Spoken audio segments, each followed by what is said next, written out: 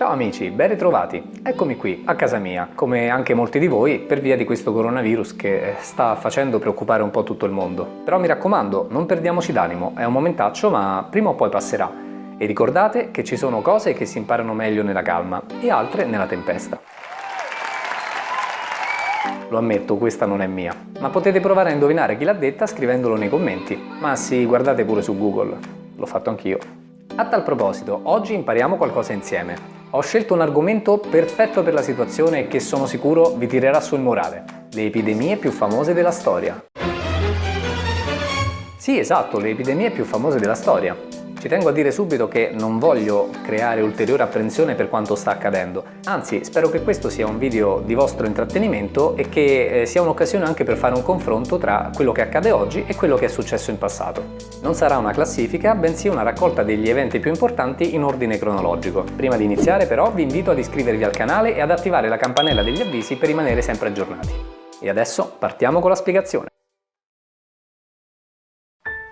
Una delle prime grandi epidemie di cui si ha notizia riguardò la città di Atene nel 430 a.C., durante la guerra con Sparta.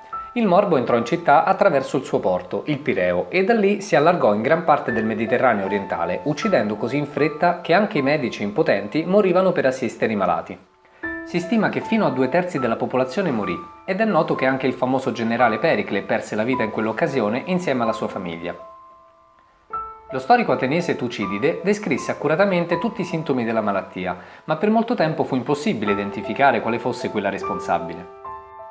In seguito, durante degli scavi nella necropoli nel 1994, vennero scoperti un centinaio di corpi e diverse ceramiche, la cui datazione risale al periodo della pestilenza.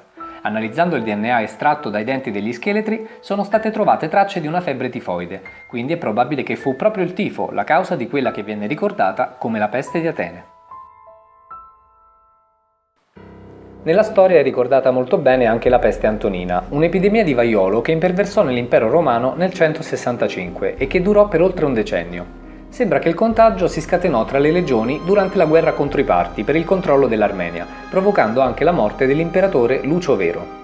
Il medico greco Galeno, che in quel periodo si trovava con i soldati romani ad Aquileia, la descrisse come una malattia orribile che si manifestava con febbre alta ed eruzioni cutanee, causando la morte di moltissimi soldati. Durante l'epidemia a Roma morivano circa 2000 persone al giorno e quando il virus si spostò a nord raggiungendo il Reno, fece strage anche delle popolazioni germaniche e galliche stanziate oltre le frontiere dell'impero. Il fenomeno ebbe ripercussioni a livello sociale, politico ed economico e tutto l'impero ne uscì fortemente provato.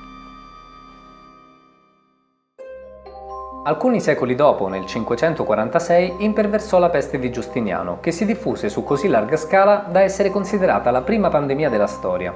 Il batterio responsabile fu lo Yersinia pestis, un ceppo simile a quello che sarà protagonista nel 1300 della famosa peste nera e che decimerà la popolazione europea.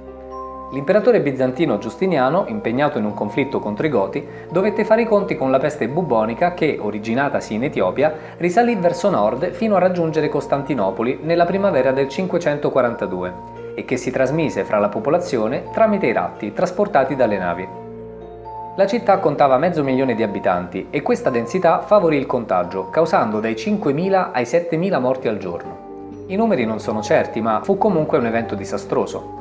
Lo storico bizantino Procopio racconta che i cadaveri per le strade aumentavano così in fretta che presto non ci fu più posto per seppellirli, e sembra che Giustiniano arrivò al punto di ordinare che i cadaveri venissero stipati e sigillati nelle torri di difesa della città. Costantinopoli divenne in pratica una tomba a cielo aperto, ma fu solo il più celebre di tanti casi che si ripeterono da lì a poco in gran parte dell'Europa. La peste di Giustiniano ebbe un impatto molto forte su una civiltà già provata da guerre e difficoltà economiche, segnando così il passaggio dall'età antica al Medioevo e lasciandosi alle spalle un gran numero di vittime. Arriviamo così a quella che forse è considerata la pandemia più famosa della storia dell'umanità, ossia la peste nera, anche chiamata morte nera per via delle escrescenze scure che comparivano sul corpo dei malati. La malattia ebbe origine nel nord della Cina e raggiunse l'Occidente tramite le rotte commerciali, diffusa dalle pulci dei topi, spesso presenti a bordo di navi e carovane. Fu così che la peste raggiunse la città di Caffa in Crimea, dove una colonia di genovesi combatté contro l'esercito dei mongoli che tentarono un assedio. I mongoli furono tra i primi ad utilizzare il virus come arma biologica, catapultando dentro la città i corpi dei loro soldati morti per l'infezione. E quando i genovesi fuggirono per tornare in patria, portarono il morbo in Italia e da lì nel resto d'Europa. L'epidemia iniziò nel 1347 e si diffuse velocemente, favorita anche dalla malnutrizione e dalle scarse condizioni igieniche. Inoltre, la Chiesa, credendo si trattasse di un castigo divino, organizzava processioni quotidiane in cui le folle di fedeli si infettavano a vicenda. Più il morbo dilagava, più la ragione veniva offuscata dalla violenza. Gli ebrei vennero accusati di aver scatenato la collera di Dio e i lebbrosi di essere responsabili dell'epidemia, generando spesso una vera caccia all'uomo. Fu in quel periodo, inoltre, che dilagò il fenomeno dell'autoflagellazione pubblica, allo scopo di placare la collera divina e allontanare la malattia, ma che al contrario esponeva al contagio chi si procurava le ferite. La peste nera causò una crisi demografica, sterminando più di un terzo degli abitanti del continente. Si stima che morirono dai 20 ai 30 milioni di persone, e questo la rese una delle epidemie più temute e tristemente ricordate. In epoche più recenti si manifestò invece quella che è considerata la peggiore pandemia di sempre, con un numero di morti che va dalle 50 ai 100 milioni di persone e con un numero di contagi che superò addirittura i 500 milioni in tutto il mondo, ovvero l'influenza spagnola. Incominciò a manifestarsi nel 1918, ma l'origine di questo nemico invisibile non è mai stata del tutto chiarita. Sembra che venne trasmessa dagli uccelli ai maiali e di conseguenza all'uomo.